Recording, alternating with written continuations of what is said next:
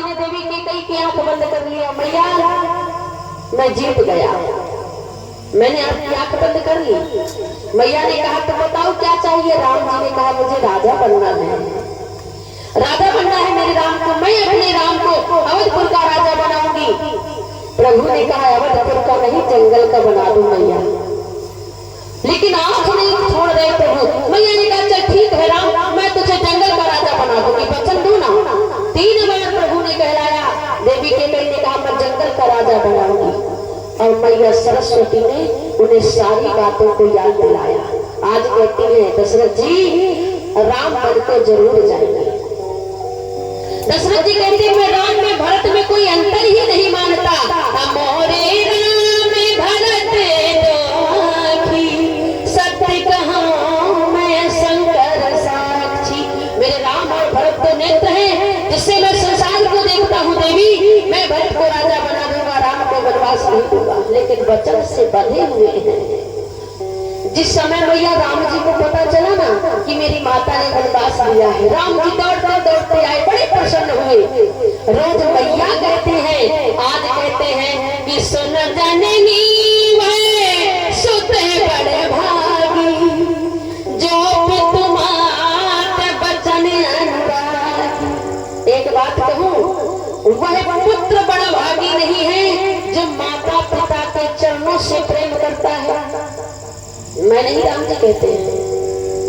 राम जी ने कहा सुनो जननी वह सुत बड़े भागी, जो पितुमात बचन अनुरागी। जो वचन से प्रेम करता है। चरण का प्रेम भैया वचन का प्रेम में बहुत अंतर होता है। चरण का प्रेम ऐसा होता है माता पिता के चरण छू लो दोनों टाइम, अब बात एक भी ना मानो, बात एक भी ना मानो, चरण दोनों टाइम छू। क्या मतलब है? क्योंकि आज का फैशन ऐसा चल गया है। एक जगह की बात बताऊं आपको, मेरी कथा चल रही थी और पास में एक शादी हो रही थी। शादी में हमारे साथ जो पंडित जी थे, कुछ जजमान आए, बोले दीदी अपने पंडित जी को हमारे यहाँ विवाह पढ़ने के लिए भेज दीजिए, अब काहे को बाहर से बुलाएंगे। मैंने कहा भैया खाली रहते हैं ले जाओ। शादी कब की है? रात की दिन की? बोले रात की है। हमने भेज दिया। पंडित जी गए वरमाला करवाने, जयमाला। अब जयमाला करवाने पंडित जी गए, पंडित जी पगला गए। क्यों? पंडित जी को पता न चले दूल्हा कौन है दुल्हन कौन है। क्योंकि महाराज दूल्हा पैंट शर्ट पहने था, कोट पैंट, और दुल्हन भी कोट ही पैंट पहने थे। दूल्हे के छोटे छोटे बाल थे, दुल्हन के भी छोटे छोटे बाल थे। दाढ़ी मूछ दूल्हे की साफ, दुल्हन की तो है। पंडित जी को पता न चले दोनों में दूल्हा कौन है दुल्हन कौन है। अब पंडित जी बेचारे सोचे कहीं उल्टा सीधा ना करवा दे, जब पता ही नहीं है दूल्हा कौन है दुल्हन कौन है। अब सामने से देखा, बोले किसी की मदद मांग लेता हूँ। सामने से देखा महाराज हाफ पैंट पहने, शर्ट पहने, सिगरेट पीते हुए कोई भाई साहब आ रहे हैं। पंडित जी बेचारे धोती संभालते गए, बोले भाई साहब एक मदद चाहिए। क्या बोले? बोले भाई साहब एक मदद चाहिए, क्योंकि सिगरेट पी रहा था। महाराज उसने एक चाटा मारा पंडित जी के और कहने लगा बदतमीज, तुझे भाई साहब दिखती हूँ, मैं दुल्हन की मम्मी हूँ।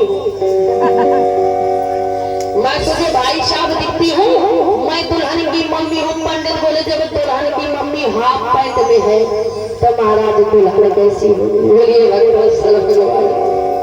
ये संस्कार है। हमारे दिल्ली में चले जाओ, कोई भी महिला का पता ही नहीं चलेगा महाराज की शादी हो गई है कि नहीं हुई। कुछ सब पुरानी संस्कृति भूल गई, महिलाएं भी भूल गई है, बेटे भी भूल गए हैं। तो सुन जननी वे सुत बड़ भागी, जो पितुमात बचन अनुरागी।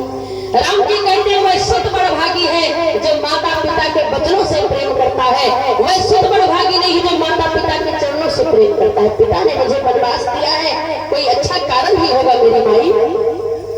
रोज माता कहते हैं आज जन्मी कहा है, ये राम जी का जीवन है।